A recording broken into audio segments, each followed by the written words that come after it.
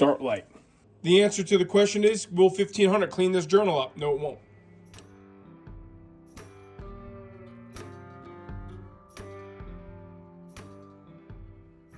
All right, Summit kind of hooked us up here. Got us these parts pretty quickly.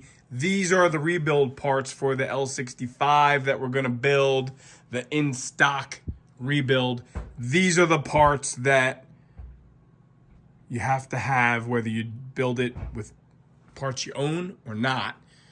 I did not have a standard oil pan. I didn't. I don't know why, but I didn't. I have some funky old mid-80s, late 70s Tornado oil pan. So I opted to get a new oil pan for this motor. It might not stay with this motor, but it's going to go on this motor for now. All right. Cam bearings, rod bearings. We have main bearings. We have piston rings. Some assembly lube and a full gasket kit. What else would we need? So I'll let you know when we get started building the thing. We got our to-do list. We got our shopping list. We're making some progress so far. Today I want to get started on polishing the crank for the in-stock build. And I want to build myself a crankshaft inspection stand. For those who've watched in the past, you see that I have a bunch of these plates left over from one of our regular jobs. What I'm thinking I'm going to do, these are 6 inches wide. I'm going to take some angle iron and I'm going to cut it 6 inches wide times 4 so I can create feet. So each stand, a left and a right stand, will have 2 feet with which to sit upon. Then I'm going to cut an angle, a V, out of the top of the plate so that the crank can rest in those. Let me cut some pieces to start with. Let's cut some pieces of angle iron at 6 inches wide.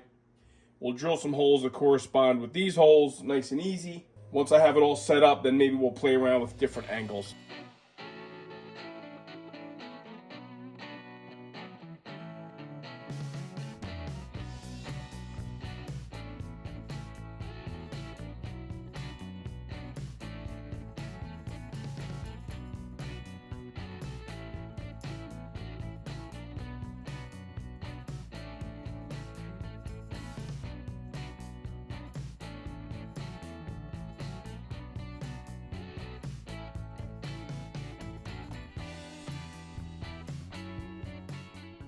Okay, so just like that, we have one stand. Look, I'm not making launch pads for the space shuttle here, but this is kind of what I'm thinking. So I'll make another one of these, and then we'll just cut our V's, polish it all up. So I just kind of laid the angle iron on the back side here. I don't really want 3 points of contact on the table. I just want the 2 pieces of angle iron, not the angle iron and this thing. So what I've done is I've just kind of set it in there that way. Got my center lines.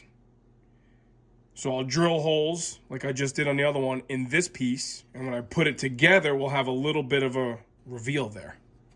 Like that, okay?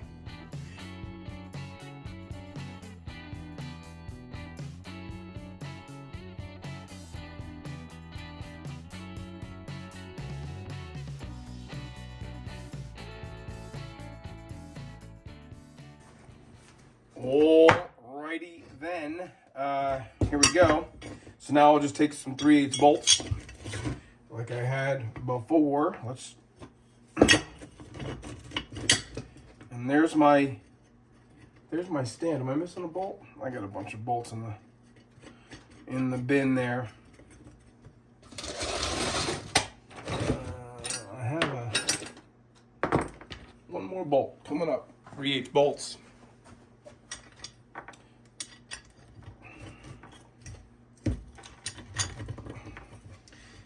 Then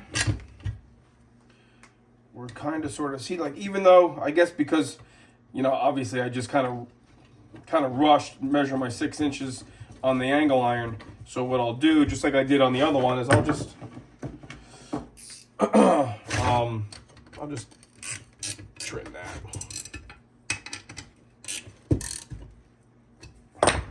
See, like right here, I don't like that, so we're just gonna give that a little bit of a love touch there.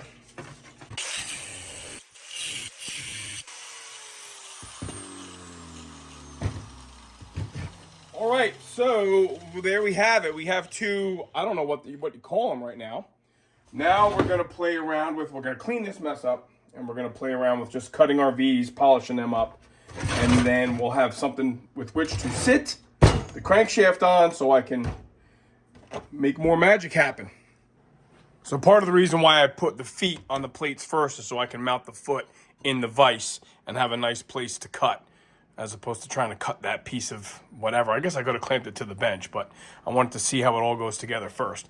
I guess I'm just gonna start with the most shallow cut. If I make it steeper, I might concentrate the points of contact on the crank, and I don't want to scuff it. So I did see a tool online that you can buy. You know, it's like $200. It slides, and it's really pretty. But it seems to have pretty gradual pitches to its provision for the crank. So let's start with this and see how it goes.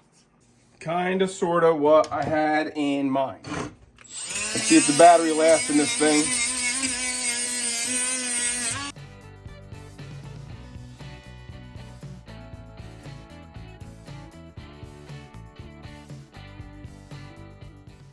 Now, I'm not going to do anything because I want to be able to use this metal for other things. Seems like we may have just put together a crankshaft stand. Because, you know, if I go welding it and everything, then you can't move from journal to journal as you want to be able. That was a terrible noise, and for that I apologize. Let me just see. Why can't I just leave it like that? All right, let me think about what I'm going to do for the top here. You don't need to watch me brainstorm on that.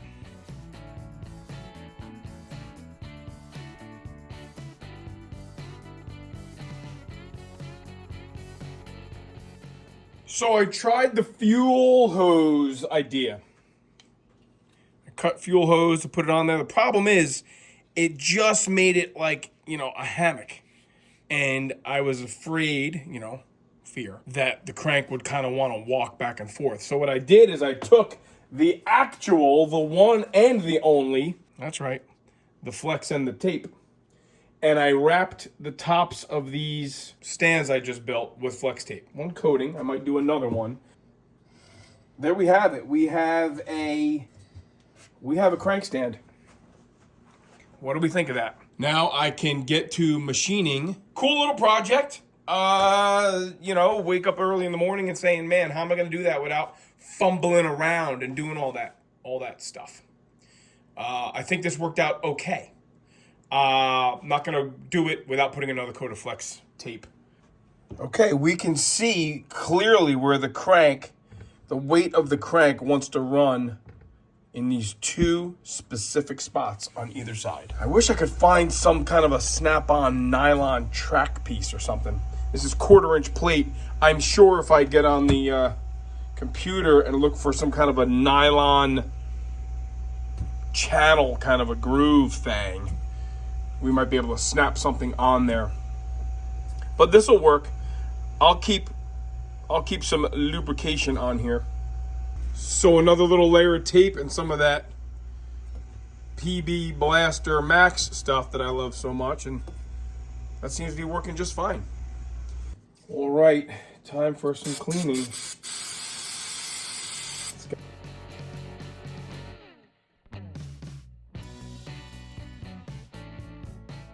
You see that spot? That's where this crank sat in the block and didn't have a rod on there. Had rod all over here, right? So remember, we replaced 2 pistons that had cracked skirts, and I had 1 piston missing. Not there. And then we have some flash rust on the old journal there. So, all right, I'm gonna get a little microfiber, get some cleaning here.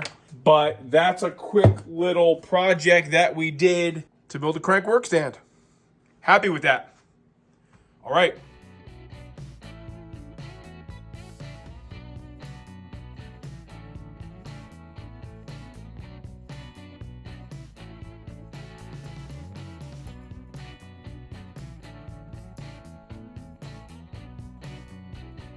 These are connecting rod journals here. Main journals are right down the middle, and the connecting rod journals are offset. This is probably very rudimentary for some of you, but we also have to be sensitive to those who have maybe never done this. So we want everybody to have a good time. This is the one we're going to start with because the other ones don't look so bad. We're going to do the old trick. You've seen it all over YouTube, all over the internet, all with, you know, famous people and not so famous people. This is, you know, move my bearings here. Yeah, this is by far the worst one. So what we're gonna do, we're gonna start with the least invasive. I'm gonna use 1500. We can always get more aggressive if we need to.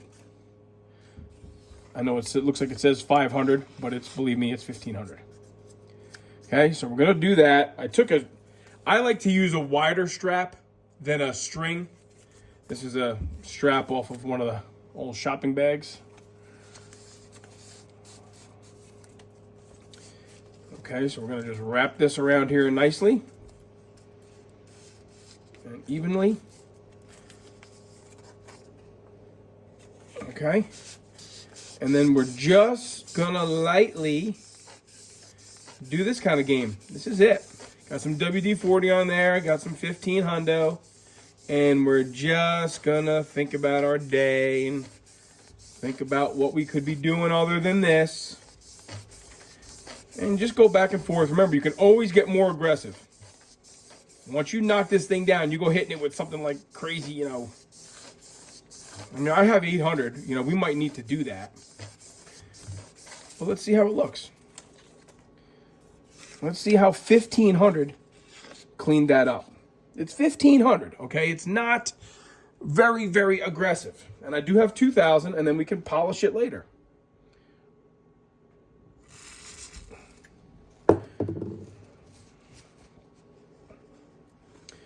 Let's see.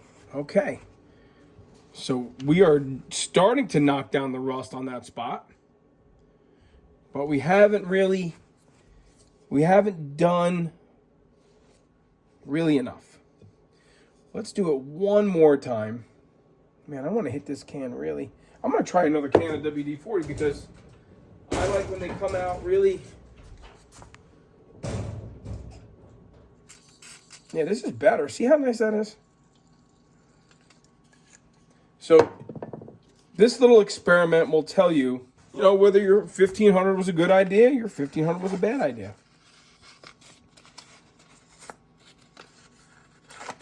I say start light. Just like when I was cutting the car apart. Can always cut more.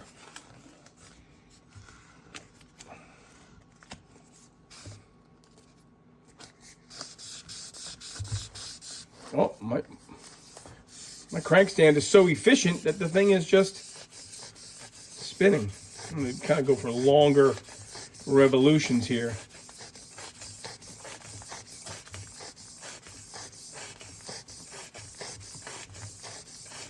I think we're probably going to have to go down to 800 on this one. Maybe not the other ones. And then we're just going to clean them up. We know we can't run the crank the way it is. I intend to run the whole, 1500 on all of it. And then we're gonna mic the crank out and we're gonna see where we're at. I sure hope we're good because I bought all standard stuff. I bought all standard parts, knowing that this engine had never been rebuilt. So let's see here. Oh, much better, much better. Look at that. Look at that, and I'm just using 1500, guys. I'm not going hog wild here. Man, that's really pretty good. I mean, obviously I'm going to do some more. Wow, and I got, nominal feeling in some of my digits, so that's not accurate. That's not an accurate gauge by any means. Take this towel, drape it over my shoulder here. Okay, so that's one sheet of 1500 expended. So I'll cut another one. You guys get the idea. I'm going to hit it one more time, and we'll see if I can't get this right here just a little prettier before we polish. Again, it's only 1500, okay?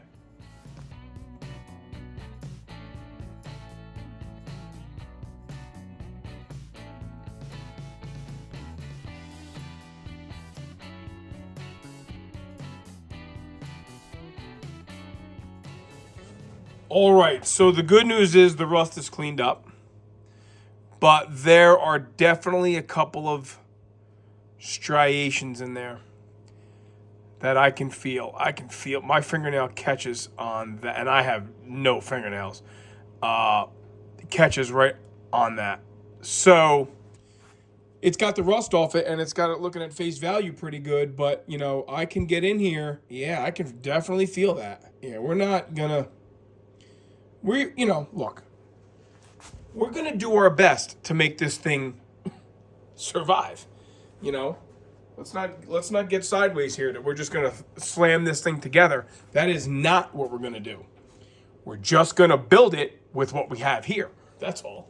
So I'm going to, now that we've answered that question, maybe while I have the 1500 out, let's just clean the whole crank up and then we'll backtrack.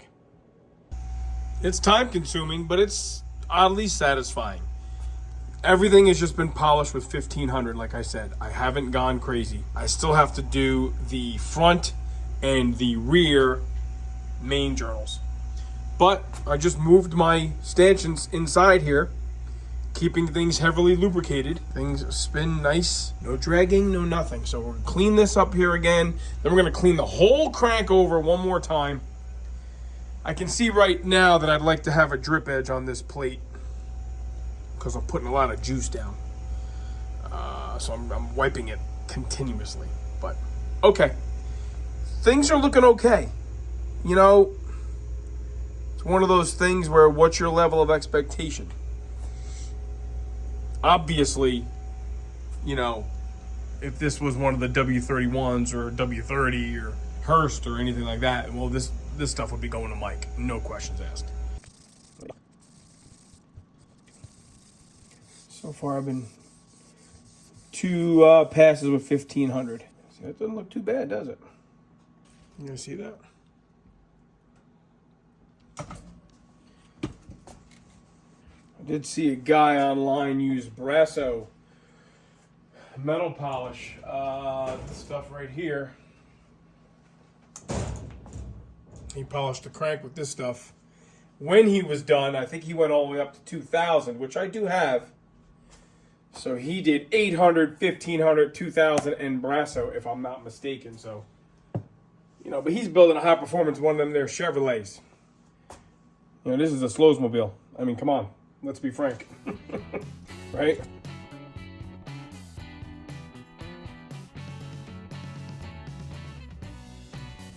I've yet to get my finger stuck between the stand and the counterweight. Now that I said that out loud, get ready.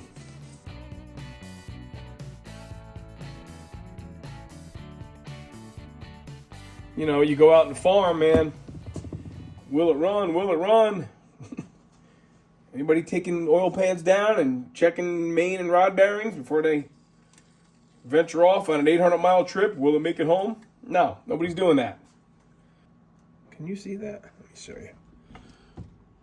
Right there. It's a tiny little dent. The results of 1500 in WD-40, and here are the results of some Brasso metal polish.